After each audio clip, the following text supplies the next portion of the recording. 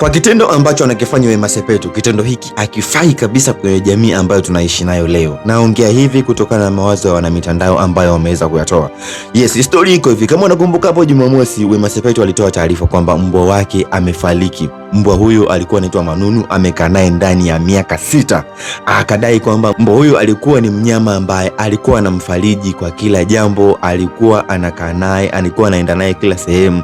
Lakini ukweli ni kwamba kuna wale ambao wamekubali na kumpa pole, lakini kuna wale ambao wamepinga kitendo hiki na kusema kwamba kitendo hiki hakifai kabisa kwenye jamii ya ambayo tunaishi nayo leo.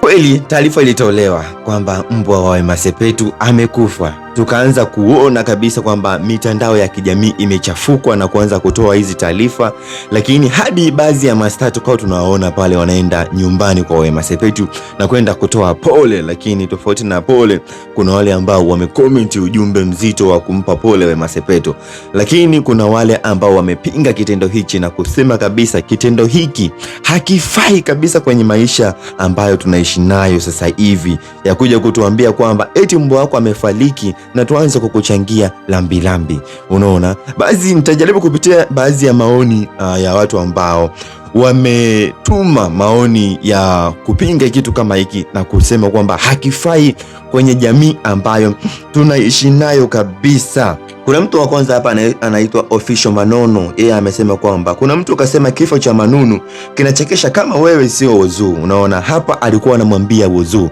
kwa kile Whozu, kama unakumbuka, naye alitoa comment pale akasema kwamba tutakumisi Manunu wetu, lakini hapa naona Official Manono alimjibu kwamba na kusema kwamba kifo cha Manunu kinachekesha kama wewe sio Whozu. Ni kweli kitu ambacho kinashangaza. Wewe ni star mkubwa namna ile kwamba unaanza kutetea eti mbwa amekuuma tu kisa ulikuwa unakaa naye.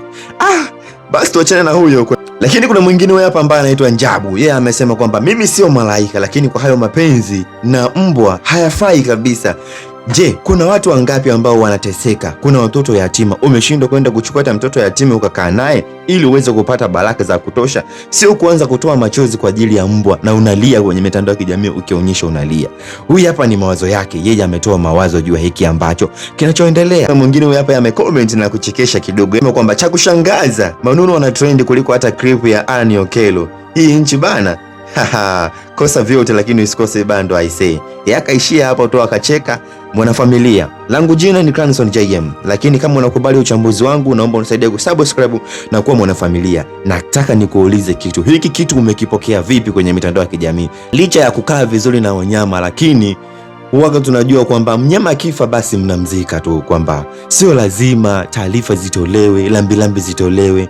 Unataka kuniambia kwamba huyu mnyama alikuwa na thamani hata ya milioni 40, milioni 200? Hii kitu ambayo naiona hapa, kitu hakifai bana kwenye maisha yetu ambayo tunakaa nayo.